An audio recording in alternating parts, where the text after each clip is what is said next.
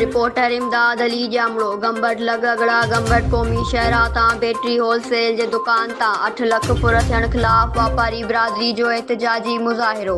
टायरनि खे बाहियूं ॾेई रोड बंद, ट्रैफ़िक मुअतल।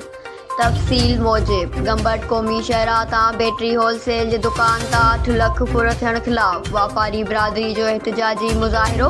टायरनि खे बाहियूं ॾेई रोड बंद, ट्रैफ़िक मुअतल थी वई। क़ौमी शहरा तां चेन हथियारबंदनि सेप्को ऑफिसर हादी ॾिनो शेख जी बैटरी सर्विस जे दुकान ते मौजूद अमले खे यरगमाल बणाए 8 लख रुपया रोक रक़म ऐं 5 मोबाइल फ़ोनूं ऐं दुकान ते मौजूद ग्राहक खां 50,000 ऐं हिकु मोबाइल फ़ोन फुर करे फ़रार थी विया। फुर वाक़े जी इतलाह ते गंबट पुलिस पहुची जांच शुरू करे छॾी। जवाबदारनि जी गिरफ़्तारीअ लाइ शहर जे मुख्य रोडनि ते नाकाबंदी करे छॾी। आख़िरी इतलाहनि ताईं वाक़े जो को बि केस दाख़िल न थी सघियो। SP खैरपर वाक़े जो नोटिस वठंदे वापारी बिरादरी खे फुर थियल रक़म ऐं सामान रिकवर करण जो गंबट पुलिस खे पाबंद बणायो वियो। News Sindh express news.